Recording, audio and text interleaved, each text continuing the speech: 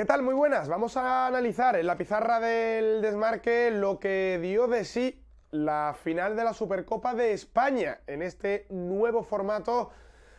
Una Supercopa que se disputó en Arabia Saudí, cuya final enfrentó al Real Madrid y al Atlético de Madrid, con victoria del Real Madrid en la tanda de penaltis tras un partido que concluyó con empate a 0.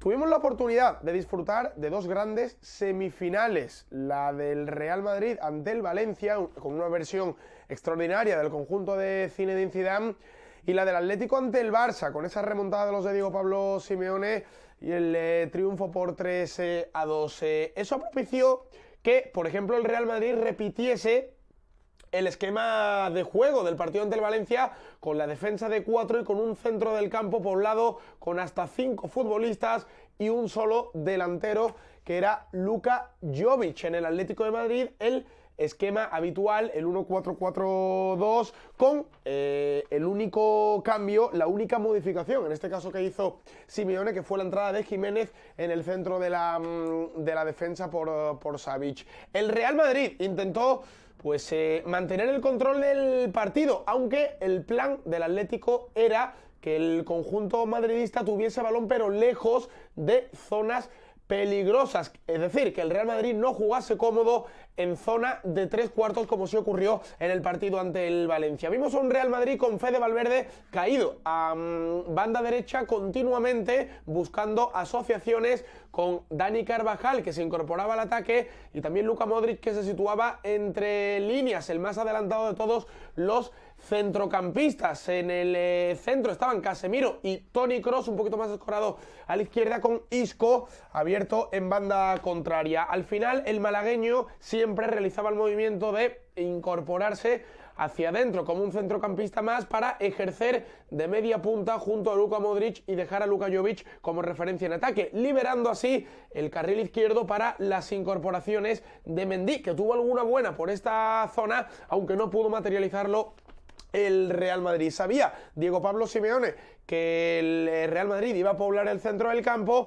y optó por un perfil de centrocampista de doble pivote con Thomas y Héctor Herrera, dos jugadores de carácter físico para intentar evidentemente lidiar en esa zona ancha del campo, con Saúl, que al final ejercía de otro centrocampista más, y Correa en banda derecha. En el Real Madrid, el plan A, lo cierto es que tuvo el control el equipo de Zidane durante muchos minutos, pero carecía de profundidad, y al final Zinedine Zidane terminó optando por, lo pedía a gritos el partido, especialmente en el tramo final, y ya de cara a la prórroga terminó optando por el sistema habitual, ¿no?, del Real Madrid, con 3 centrocampistas y la entrada de los jugadores más ofensivos que tenía en el banquillo.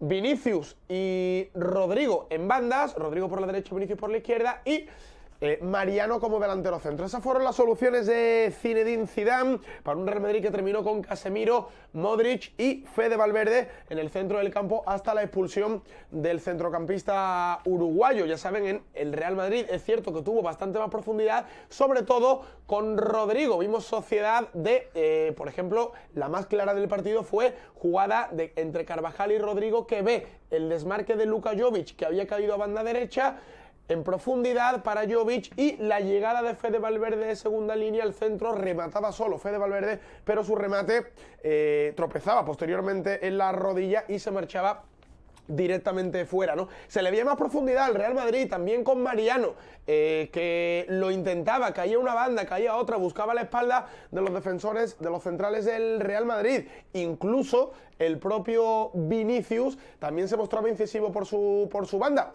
Ahí el Real Madrid había ganado en profundidad, pero carecía de acierto. Enfrente, un Atlético de Madrid en el que Diego Pablo Simeone, prácticamente hablamos de que las opciones del Real Madrid fueron disparos lejanos, exceptuando, por ejemplo, esa de Fede Valverde y alguna más, ¿no? En el Atlético de Madrid cambió varias veces el dibujo Simeone, que empezó con ese 1-4-4-2, pero luego, por ejemplo, pudimos ver el cambio, la aparición de Saúl en el lateral izquierdo tras quitar a Renan Lodi, y posteriormente, cuando Simeone vio cómo Zidane reforzaba los extremos, con la presencia de un jugador, sobre todo en esta zona tan desequilibrante como Rodrigo, optó por dar entrada a Arias, perfil más defensivo, quitando a Joao Félix. Empezó Joao Félix de delantero con Morata, pero lo cierto es que el portugués pasó bastante desapercibido, porque no logró hacer daño, especialmente entre líneas, y tampoco interpretó bien los espacios y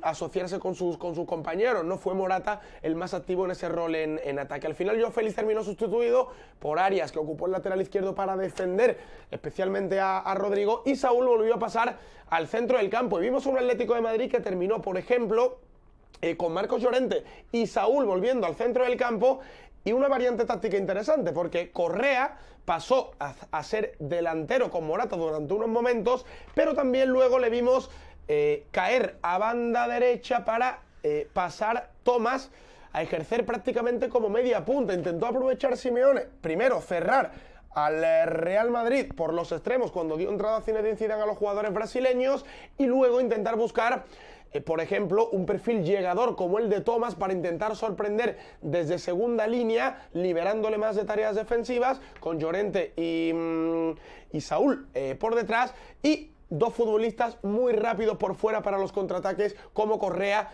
y Vitolo, y Morata de referencia. Por ejemplo, así llegó la ocasión más clara para el Atlético de Madrid. Dos ocasiones muy claras. Una, con llegada de Trippier, porque al final Correa rompía hacia adentro, cerquita de Morata, llegada de Trippier, que ponía un balón a la espalda de Sergio Ramos para el mano a mano de Morata con Courtois, que paraba el guardameta del Real Madrid. Y la más clara, ¿no? La jugada clave del partido, ese error de Dani Carvajal en el centro del campo que robaba Correa para el Atlético de Madrid. Saúl ponía el balón en profundidad para Álvaro Morata, que se quedaba completamente solo y que recibía la falta de Fede Valverde, que suponía la expulsión, y que a la postre le daba la opción al Real Madrid de llegar a la tanda de penaltis y acabar conquistando la Supercopa de España. Insisto, el Atlético de Madrid buscó y estuvo a punto de salirle bien eso a Simeone. Perfil llegador de Tomás por dentro, por detrás de Morata, y dos jugadores muy rápidos como Correa y Vitolo por fuera, pero el Real Madrid se libró, sobre todo porque Fede Valverde hizo esa falta en el tramo final de la prórroga que propició que el partido terminase 0-0 y que se llegase a la tanda de penaltis, donde el Real Madrid acabó conquistando una Supercopa de España novedosa. La final no fue tan futbolísticamente tan brillante como las dos semifinales, pero también nos dejó situaciones tácticas bastante llamativas y que son objeto de análisis en ambos equipos. Seguiremos con el regreso de la jornada de Liga, pero esto es lo que nos dejó la nueva Supercopa de España.